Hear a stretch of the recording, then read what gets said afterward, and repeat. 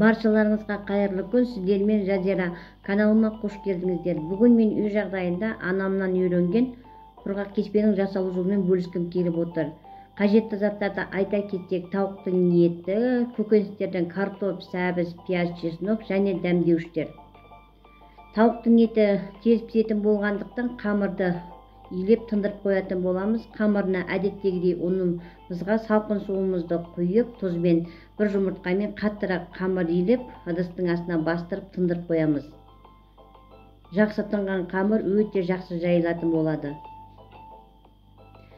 Ендігі кезекте көкөністерді мен осындай соломка етіп турадым. Сіздер енді кубиктап, ірілеп, өз қалауларыңызша турасаңыздар болады. Бұл жерде қалай турасаңыздар да еш маңыздылығы жоқ. Өте дәмді шығады. Енді қазанымызды отқа қойып, сұйық майымызды құйып, қызып тұрған сұйық майдың үстіне дайындап алған тауықтың етін салып, қызартып, қуырып алатын боламыз. Осы рецептпен жасасаңыздар өте дәмді, тойымды тағамдардың бірі, жасап көріңіздер деп кеңес бергім келеді. Тауықтың еті жақсылап қызарып қуырылған екен. Сәбіз пияздың үстіне қосып қуырып алдым. Ендігі кезекте соломкаға турап алған картопты салып 10 минутта қуырып аламыз.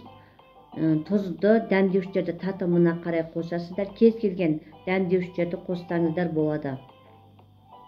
Енді қуырылған осы картоптың үстіне салқын суымызды құямыз. Салқын су міндетті. Үлкен отта бір қайнатып, астын басып, баяу отта бұқтырып қоятын боламыз.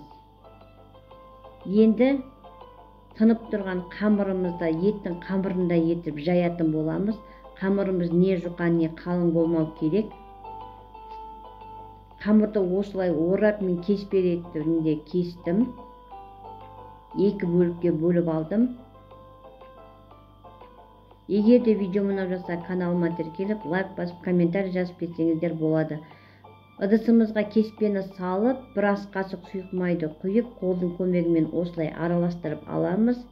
Қазанымыздың астын көтеріп, қатты қайнап тұрған қазанымызға кеспені осылай жайып бетіне ғана салатын боламыз. Шанышқының көмегімен араластырып, астын кеспені көтеріп қойыңыздар. Ол жақсы пісу үшін арасынан бу шығып.